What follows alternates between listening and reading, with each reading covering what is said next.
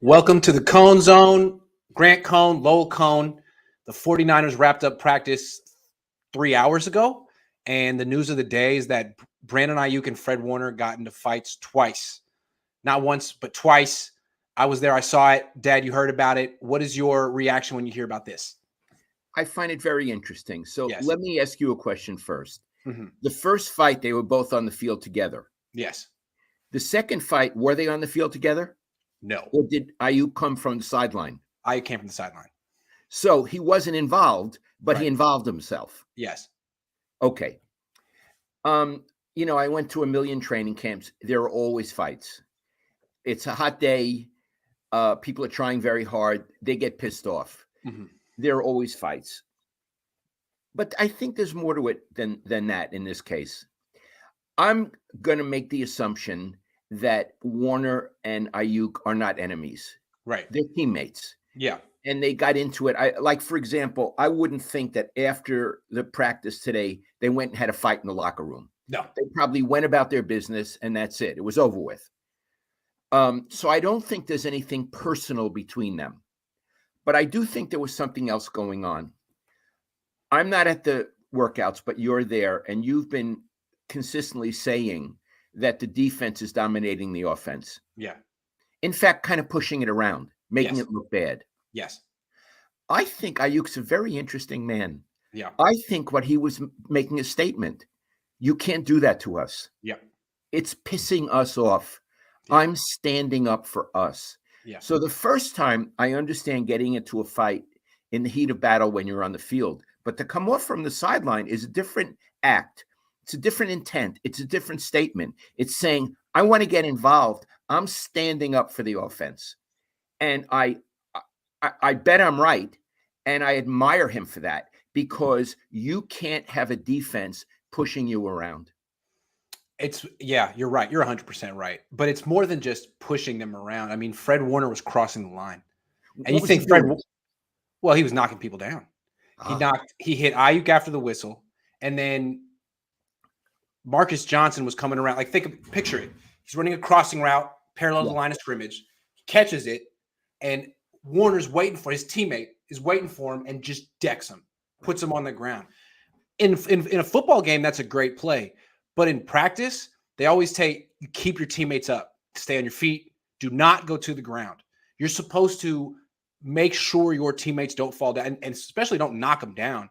So it's Fred Warner. He's a nice guy. He's a captain. You'd think he wouldn't cross the line. He was flagrantly crossing the line. And he did it a second time. He did it to someone else, and Ayuk stood up for the entire offense. He was right. He was right. He's saying, you're disrespecting us. I refuse to allow you to disrespect us. And I would say all praise to Ayuk. Where were the other 10 guys? Not just you're disrespecting us. You could get someone hurt. You could get Marcus Johnson hurt. We're on the same team. And also to me, it's like Jim Harbaugh would have kicked Fred Warner out of practice, not Ayuk. He kicked Anquan Bolden out of practice. He didn't care how established you were. If you were wrong, you were wrong. The fact that Fred Warner has been able to do this stuff, the fact that he didn't get kicked out of practice, it kind of speaks to a little bit of not a power void, but an authority void. Maybe there's no bad cop on this team that steps up the way that Harbaugh would have loved to. He would have relished the opportunity. Instead, you got good cop Kyle, who, brought the team together and said, knock it off. And then they went about their business and they stopped. But the fact that Fred's crossing the line, head coach shouldn't let it. It shouldn't be Ayuk who has to step up and say something. It should have been Kyle. Iggy, I love what you're saying. Yeah. It's right. It shouldn't be a player who's policing the field. It's the head coach. You took it further than I did because you're smarter than I am. And I absolutely agree with you. Kyle should have, as they say in baseball, should have got the red ass. Yeah. Kyle should have had the red ass. When Fred Warner knocked over Marcus Johnson blatantly and intentionally, they should have kicked him out of practice. And it's like nothing personal. You can come back tomorrow, but we have rules. You broke the rule and you could have hurt your teammate. And we need to set a standard and make sure this never happens again. So yeah, good for Brandon Ayuk. And what's funny is he brought this up in a press conference a few days ago. Someone asked about the competition or something, and he mentioned that Fred Warner has been doing a lot of trash talking, and it's really annoying. So I guess this has been on Ayuk's mind for a while. I don't know Ayuk, and you don't know him very well either. He's a hell of a player, and obviously there's tremendous substance to him. You do, in fact, know his mother, and you like her very much, right? I do. I do. I do. What I want to say is that it seems like what can happen with football teams is if one side is way better than the other, offense or defense, it can sort of become two teams. You know, like the good side blames the bad side for everything, and you need to be one team. You need to be all in it together. And this team is on the is in danger of falling into that because the offensive line is inexperienced, the quarterback's inexperienced. The offense is really struggling in camp. We'll talk about that later. The defense is so overmatched. I mean, the offense is so overmatched.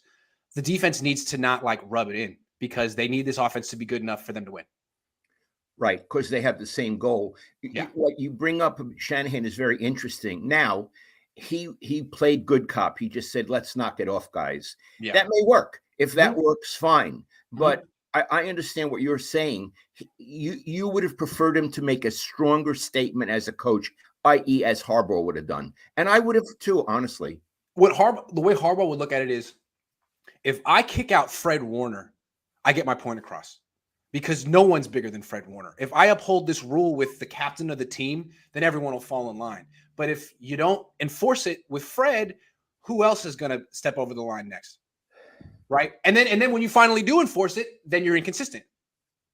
Yes. By the way, Singletary would have kicked him out too. Maybe that's old school. I don't know. Things have gotten a lot different in the 10 years, 12 years that I've been covering this sport. Official B&A Music 88 says Warner is embodying Rick James by being a habitual line stepper. I'm here for it. That's a captain trying to tell the O to step up. That's the other way to look at it. Yeah. I don't know. I think to a point, but if the goal is to not knock your teammates down in practice, I think you have to live up to that. I mean, Ayuk's not knocking down defensive players. You know, Iggy, before you read that, it's very interesting. You look at a practice, but there's a lot of subtexts. Oh. There's a lot going on aside from the workout. Yeah. You wish you could get it all. I mean, I'm sure that you get like 10% of it, but today was a lot. You wish you could really get to talk to Ayuk privately and he'd be honest with you, which would never happen. No. Any news on Jason Verrett? No, hasn't practiced yet. But you know, there is news. Jimmy Garoppolo was at practice today. It was the darndest thing. He usually comes to the facility and throws before the media is there and then leaves. He did make an appearance a couple of days ago, just jogging. Today, he did a whole throwing routine in front of all of us. I videotaped it, but I'm not allowed to post it. House rules. But he was out there for like 30 minutes. And NFL Network was there. Ian Rappaport was there. Steve Mariucci was there. I was there. It seemed like he wanted us to watch. Jimmy. It seemed like he kind of like hijacked the stage. And then he did that, and then I watched, and he was throwing, and I gotta say, it looks like he's not. Wait! I got a question before you move on. Sure. Why was he doing it? I think he's trying. He wants to be traded. He wants to leave, and I think he wants people to come away from the day saying, "Jimmy looks great. Jimmy was throwing. His arm looks fantastic." And for there to be some sort of buzz around the league, like, hey, did you hear that Jimmy's over there in San Francisco? He's got a lot of zip on his balls. Except that he doesn't. I was watching and it looked like, even for him, kind of like he was not throwing as hard as he could. Like he was leaving a little something off. So I don't know if he wanted me to say Jimmy's really firing it out there. I didn't see that. It seemed like actually maybe he is babying it a little bit. I guess that would be the word I would use, babying it a little bit. I don't know. Or maybe he's not quite along in his rehab. There it is. Yes. For whatever reason. No, but the point is he was trying to showcase himself, and it wasn't the kind of showcase you think he desired. I don't think so. I mean, what he did, so he started off by throwing the 15-yard pass over the middle that he always throws, but it was wobbly and it didn't have that much velocity on it, and it wasn't that impressive. So to sort of do something else, he started running. He started rolling right and rolling left, and it was very impressive to see him on the move. But then you realize, like, he never does that in games. He never moves in games. It was like he was trying to, I don't know, distract you with something. Look at my feet. Iggy, he did move his first season. He did, man. That feels like a whole long time ago. He did, a whole long time ago. He did. He did. Wow, if he could bring that back. So, yeah, but other than that, he was like networking. He spent 10 minutes talking to Steve Mariucci. Then Mike Shanahan came over and was just blushing. Coaches love Jimmy Garoppolo. Then he was talking to Ian Rappaport, the reporter. And people wanted, and he was doing a lot of talking, pointing to his shoulder and doing a lot of this. I don't know what he was talking about, but people want to talk to him. Iggy, when he did the throwing, was he on the field or the sideline? He was on, that it's like there's the big field with the grass and then there's the side field with the turf. Like Yeah. He was on the side field with the turf. And who was he throwing to? Equipment managers, people I don't know. Right, not to players. Not to players, no. And it's funny, they're like, so he's on that side field, that's where you rehab. So, and I videotaped him, they're like, you can't videotape him because he's technically rehabbing. Although that day they said that he's cleared.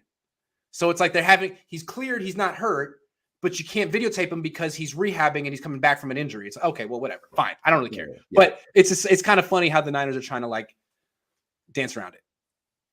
They would like him to just go away. They could make him go away. They could cut him today, but they won't. I guess they think that maybe the NFL will suspend Deshaun Watson for the full year and something will happen. Do you think you're going to win this bet? Do you think Jimmy Garoppolo will be off this team by week 1? Yes. Me and you. I do. Yeah. I do.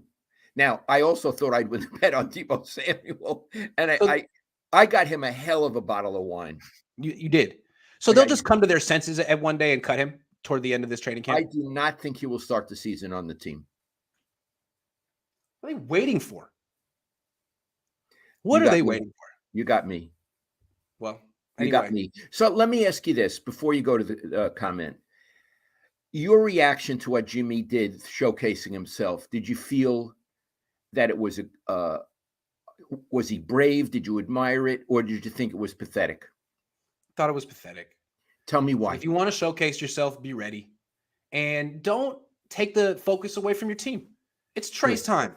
If you're not on this, you don't want to be on this team. You're not part of this team. Have a private workout.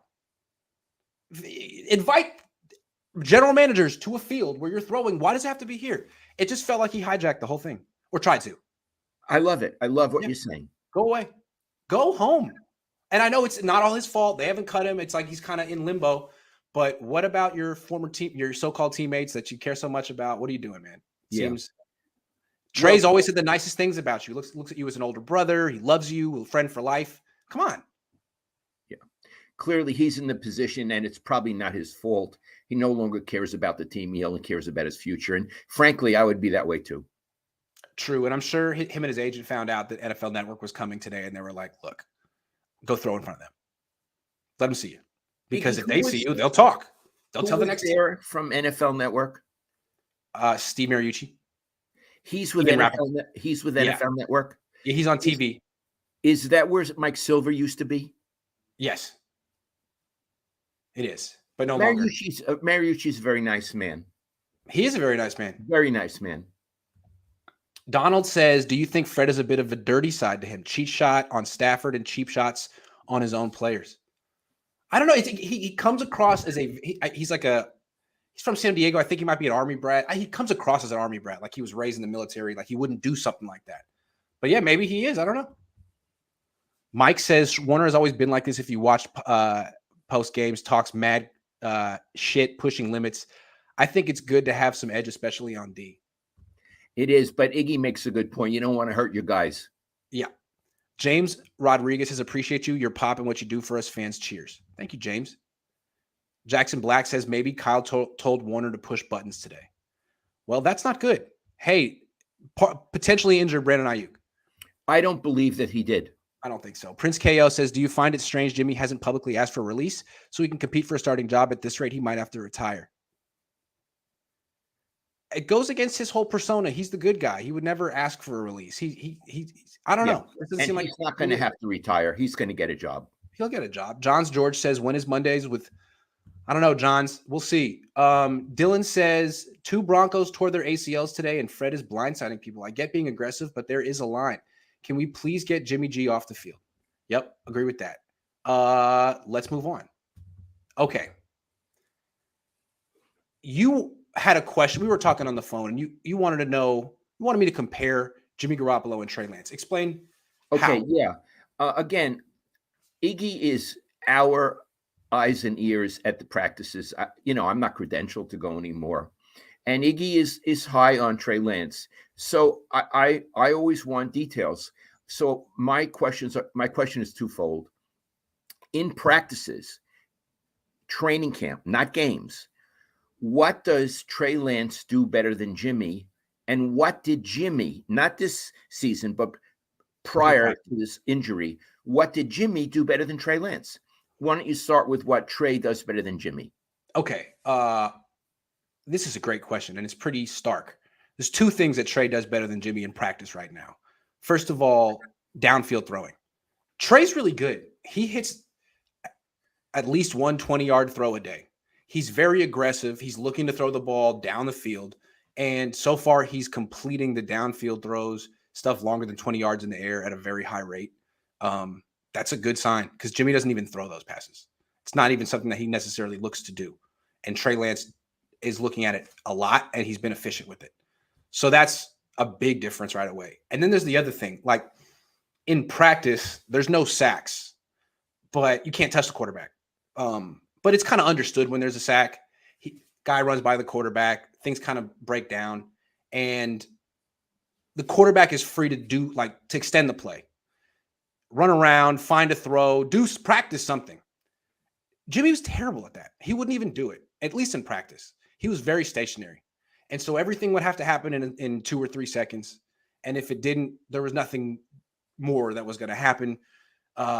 With Trey, I mean, there's so much pressure every single play that instead of him just checking down a lot, he scrambles, he moves, he extends plays, and sometimes really good things happen and sometimes bad things happen. But there's like the second play constantly. That's interesting. I mean, you don't want that to be the offense during the regular season, but he doesn't really have a choice right now. It's not like he's dropping back and being confused. He's dropping back and getting swarmed and no one's open. So what he can do is make something out of nothing, which I never saw Jimmy Garoppolo do in practice. Can Trey throw on the run? Oh, yes. Rolling left, rolling right. He's almost better at throwing while moving because, when you're stationary, that's when all the mechanics come into play, all the stuff you worked on in the off season with the coach that you're thinking about. But when you're rolling left and right, it's kind of just being an athlete, doing the stuff you've done your whole life. He's pretty good at that. Okay. Yeah. Let's reverse it. Is there anything Jimmy did in practices better than what Trey does? Well, I was always really tough on Jimmy Garoppolo in these practices, but now I'm really seeing like this Niners defense is a lot better than the Niners offense. And the quarterback of this offense going against this defense is going to be overmatched. So Jimmy did throw a lot of picks in practice. Trey is too. He didn't throw one today, but that seems to be sort of what you do against this defense. It seems that even though Jimmy was overmatched, Trey was overmatched, what Jimmy could do against this defense was just find completions. So like last year, he completed 63.5% of his passes in camp. I mean, Trey's in the 50s right now. And he's not necessarily having a bad camp. It's just he's aggressive. It's a good defense. They're not giving you easy throws, and he's taking difficult options. Jimmy could find completions. He could find checkdowns. He got the ball out quicker, so his completion percentage is higher. Doesn't necessarily mean that he's a more effective quarterback, but his completion percentage is higher. It's something that was a positive that, in fact, you might even admire. Right. Like, let's say, so Trey's better at throwing the ball 20 yards down the field, 30 yards down the field. When it comes to throwing to a running back in the flat, Jimmy's better. Jimmy's better. Like that throw is a little bit of an adventure for Trey, just to throw in the flat. It might be a little low. It might be a little behind the guy. It's like Jimmy, you make fun of him for throwing short all the time, but he really does throw a nice short pass. He does. And that short pass to the flat is 49er football. Joe threw it. Steve threw it. Garcia threw it. Yeah. And it keeps the drive going. It keeps you from being in 2nd and 10. Yeah. Yep. I'm glad we had this topic. Absolutely. Because it gives us more insight into Trey Lance. Absolutely. It was fun. It was a good academic topic to do it. Look at it in both ways. Yeah, that's how we are. We're academic. That's how we are. Okay, we talked about it a little bit, but I think it's fair to really tell you what's going on in these practices. Every day is kind of the same. You go down there and you're focused on, hey, what's Trey Lance going to do today? And it's just like, this offense is getting destroyed. And it's not like Lance is holding everyone back. The offensive line is getting overwhelmed. The wide receivers are catching passes, but when they do, there's got guys all over them. And Trey Lance is running for his life. So it's not that the offense is horrible. I think that this defense is really, really, really, really good. And I think it probably deserves some recognition. I have a question. Yeah. Is the Niners defense one of the elite defenses of the league? Yes. And they keep saying that they keep calling themselves the best defense in the league. Good for them. Yeah. I mean, there's nothing the Niners offense can do. Like Trent Williams was saying yesterday, like he says, we watch the tape after practice and we pause it when Trey Lance has got to the top of his drop. You drop, you stop, and you're ready to throw. They pause it and no one's open. And guys are beat. So it's like, what are you really supposed to do? So really, I almost wonder how productive are these practices for the offense? What they're practicing is chaos. Really. They're practicing chaos because they're so overmatched. And I guess that's a good thing because maybe other defenses will seem weaker, easier than this one. But right now, it doesn't actually seem like they're getting much work practicing the timing and rhythm of their offense because there is no timing and rhythm. There's no blocking. It's just like, okay, he's scrambling. Oh, he's going to throw. How good is that? Well, let me ask you this. When you say the offensive line is overmatched, on a typical play, the ball gets snapped. What happens to the offensive lineman in a pass play? Oh, at least 2 get beat. At least 2 of the 5 get beat. So Trey Lance, he'll drop back and he'll get to, they call it the top of the drop. It's a 3-step drop at 5-step. When he stops, he's like already in like he's already scrambling when he gets there. He's here and then it's like, okay, I got to make that guy miss and this guy miss, and now I'm moving up and I'm stepping out. Most of the time, it's not like he's settling, he's looking, he's got the first progression, he goes to the second progression. It's like instant. And it's because it's coming a lot from, there's like one guy from the edge, one guy up the middle. So it's a really good defense, though. They have like 5 good defensive ends. They have Fred Warner. They have really good corner. It's such a good defense that it seems like they have to actually give certain players days off and series offs to make it competitive. Like today, Trevarius Ward, their big corner that they signed, having such a great offseason, gave him a day off. It's like, look, we need to do something. I don't know. That's the way I interpret it. It's like, Trevarius, you're doing great. Trey's struggling. We're going to give you a day off. Pretty funny. And so, like, Trent Williams plays some of the time. Nick Bosa will practice when Trent Williams practices. When Trent Williams is out, it seems like they don't play Bosa anymore because he just wrecks everything. He's too good. So, wow. Yeah. Maybe they actually will win a bunch of games because of this defense. I don't know. You know, I would call it a kick-ass defense. And when it comes to regular season games, it's a defense that may hurt people. It seems like it. A kick-ass defense that wants to hurt. I mean, every football team wants to hurt people in a way. But, yeah, they seem like they have an edge. Absolutely. Yeah. 49ers Cade says, do players chirp at Lance at practice? How does he respond if that's the case? No. I'm listening for that. They did with Colin Kaepernick. That was a veteran team that was skeptical of that transition. I remember Dante Whitner used to chirp at him anytime he scrambled. Said, we're here to see you throw. They haven't done that with Lance yet. Whitner would say that. Whitner and Carlos Rogers would laugh. Yeah. We're here to see you throw, Cap. Anytime he would scramble. Cap was good. We heard the general manager say that in St. Louis. That's true. Mark F says, who's getting the most work at nickel? It's Darquez Denard, like all of it. Gizmo Maltese says, does Lance's scrambling look any better? Is he going for the sidelines? Does he look fast? What I like about how Lance scrambles is he scrambles through the middle of the line. He finds holes up. He's not trying to back out. He's not trying to run to the sideline. He runs up and he scrambles through the middle of the field. That's how John Elway used to do it. I like it because he's not fast enough to run backwards. Congrats on 50. Did I get to 50K? Thank you. Wonderful. I didn't see that. Good for you. I did. Hey. All right. We want to talk about Deebo's contract. This is the big news of the day, but besides the fight, which was kind of, middle school stuff. Deebo signed the contract finally. That was a whole lot of drama for nothing. What do you think of this whole saga now that it's, I guess, over? Okay, I have very definite feelings about this, Iggy. Okay. First of all, let me preface this by saying Deebo Samuel is a flat out great player. Mhm. He's the engine of the offense, unless Trey Lance really develops into something, and then they have two engines. Right. Okay. Yeah. I love watching Deebo Samuel play. Mhm. He's a tough guy. He's gifted. He's fast. And I assume he's a good teammate. Mhm. So I only have praise for him as a football player. I still don't like what he did about his contract. So I'm trying to make a distinction between him as a player and how he conducted himself in this one area. I have no opinion about him as a person. I've never met him, about his personal life. I'm simply talking about this. Now, his agent represents Metcalf, Yeah. and they got roughly the same deal, Yeah. which is around 73 million, a part of it guaranteed. In Yeah. other words, they both got great deals. Yeah.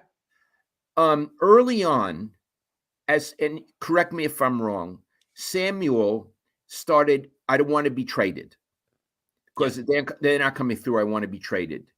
Whereas Metcalf pretty much kept his mouth shut. Yes. He was He the didn't Metcalf did not request a trade. No.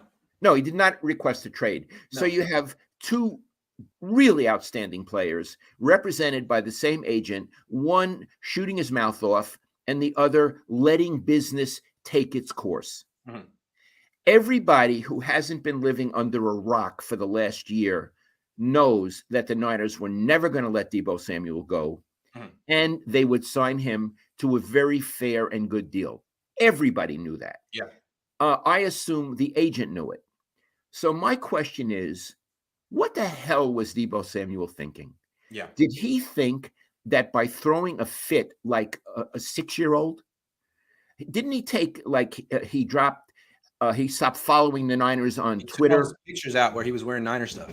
and he wouldn't wear Niner stuff and he Yeah. started demanding a trade? Did he actually think that was going to give him a better deal? In fact, had I been negotiating with him, I would want to string it out to break his chops. Yeah. I would do that. Yeah. I don't feel that his behavior was mature or businesslike. No. I would not want to reward behavior like that. On the other hand, 49ers management, and I'm often critical of them. Not now. Jed, Parag, Lynch, Shanahan, they let business play out. They never said a bad word about Deebo. They always called him a fundamental part of the team and said, we'll work it out. They took the moral high road, and he took the road of a 6-year-old having a fit because he didn't want to eat the spinach that his mother told him, you have to eat the spinach. And he threw it across the table or whatever. So in this regard, I thought he pulled a Veruca Salt. He wanted the Oompa Loompa now. He wants the Oompa Loompa now, yeah. He wanted the Oompa Loompa now. And what happened to Veruca Salt? Oh, she was a bad egg. She was a bad egg. Now, I'm not saying that the Deebo's I'm not saying Deebo's a bad egg. We don't know. I wonder what I do wonder, though. I wonder if he cost himself money with this whole thing. Because, he got roughly the same deal as Metcalf, not a bigger deal, slightly smaller in guaranteed money. I wonder if it cost him a little money. The Niners are like, this is how you do business? You know what? I hope it did. I don't think that's how you do business. And I don't think there was any call for it, Iggy. And what happened was it took the focus away from the team and it put it on his fit, his grievance, his 6-year-old fit. He was. And from what I understand, Dad, I mean, he wouldn't return their calls. Like, he was so upset, he was not returning their calls. And I believe, like, after the draft, John and Kyle had to fly out and meet up with him and have a talk. And they didn't confirm it today, but from what I understand, that had to happen. And it's like, he still never said what the problem was. He was asked today, well, why'd you request the trade? And he kept saying, it's a business. Okay. But what did the Niners do wrong? How did they wrong? Why did you not want to be here? And then why did you change your mind? Oh, it's a business. Why? Well, it seems like you had alienated a lot of people with this business move, and I don't understand how it was a smart business move. I mean, it didn't cost you. Maybe it didn't cost you anything, but I don't know. But what I'm saying is, Iggy, when he doesn't answer directly, he says it's a business. It means he can't justify how he acted. Right. He can't justify it. Right. His agent must have told him, just go in there and say it's a business. Yeah. I mean, he didn't dream that up on his own. No. His agent probably said, just say it's a business so you don't put your foot in your mouth yet again. Yeah. And that way he avoids answering and taking responsibility for how badly he acted. Yep. Now, again, Iggy, I'm not saying he's a bad person. I'm certainly saying he's a great football player. I'm saying in this instance, he acted immaturely and badly, and there was no reason for it, and he made himself look like a horse's ass.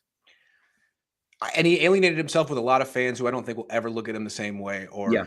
it was so unnecessary. And basically, so there were like 4 or 5 wide receivers around his age that got extended this offseason, and they all got roughly the same deal. So why was Deebo so upset? Like, why was he so nervous? It all was going to work itself out. Yeah. You were going to end up getting roughly what DK Metcalf and AJ Brown got. That was always going to happen. You all 3 have the same agent. You're all just as good as each other. It was always going to happen this way. Why were you the one who blinked? Why were you the one in March who was like, this isn't going to work out for me? Like, just Iggy, he didn't blink. He fell apart. He fell apart. He crumbled. Crumbled. Yeah. Why? Why? I'm sure his agent said, you'll be fine. Yeah. It's going to work And out. look, if anybody's watching and say, well, he deserved more, I have no idea. He's going to be a millionaire for 10 lifetimes. I think the deal he got was extremely fair. They gave him $60 million, almost $60 million guaranteed. That's the most they've ever given a player guaranteed. It was a 3-year extension, not a 5. That's player friendly. I mean, they gave him an opportunity to be a free agent again in his 20s. I love it. It seems to me that they gave him everything he wanted, and that his agent's probably really proud of that deal, extremely proud of that deal. So I don't understand. I don't know. Yeah. But now he can. He came out and avoided answering the question, but at least he presented himself. Now it's over with, and now he needs to get back to the business of being a football player. I agree. I just wonder if the relationship can ever really be the same after this. With the management? Just in general. I mean, him and the management, him and the teammates, him and the fans. Like, it's a weird thing you can't forget that happened. Okay, let's go over it real quick. The relationship with the fans are very fickle. He'll be good and they'll forget it. So forget the fans. The relationship with the players, I can't speak to that because I don't know the dynamic in the locker room. My guess is if he's a great player, they'll find a way to like him. Management, I don't think gives a crap. Well, yeah, they just signed him. I think they were above it. Yeah, they were above it. Donald Johnson says we got to remember that the play calling in these practices are ABC 1, 2, 3. There's no schemes and no eye manipulation. They're good against practice play calling, not saying they won't be good. That's true. Trent Williams made that point too. He's like, look, they know the plays we're running. They know our plays. We're not game planning against them. So, yeah, they're a great defense, but they have a million advantages over us. Good point. Thank you, Donald. Mike says, who's playing better in your opinion, E-Man or Ward? Ward. Ward has 2 picks. El Jefe says, how is Womack any competent nickel? He's playing with the backups. Haven't really seen much from him yet. Gabe says, what do you think about Drake Jackson? He was handing out pressures left and right during team drills. Also got a surprise appearance from Jason. He looks really good. I think, Dad, the Niners rookies look really good so far. Drake Jackson looks really good. And there's this offensive lineman, Spencer Burford. They took him in round 4. He already looks like maybe a good player for them, a guard. They need a good guard. Yep. Justin says, how much will we actually see Lance in the preseason playing with 2nd and 3rd and 4th stringers is how people get hurt. Sadly, he has a history of being hurt.